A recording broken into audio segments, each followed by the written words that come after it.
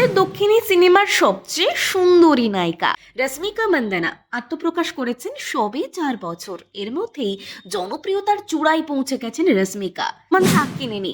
দক্ষিণাঞ্চলের অন্যতম সুন্দরী এবং আবেদনময়ী অভিনেত্রী সামান্থা। 2010 সালে তিনি অভিনেত্রী হিসেবে আত্মপ্রকাশ করেন। এর তামান্না ভাটিয়া মূলত তামিল এবং তেলেগু সিনেমায় কাজ করেন। তামান্না ভাটিয়া দুধে আলতা গায়ের রং বলতে যা বোঝায় তামান্নাকে। কাজল আগরওয়াল দক্ষিণী সিনেমার অন্যতম মিষ্টি এবং আবেদনময়ী অভিনেত্রী কাজল। তার চেহারা যেমন মিষ্টি তেমনই শরীরী আবেদনও কম চান না তিনি।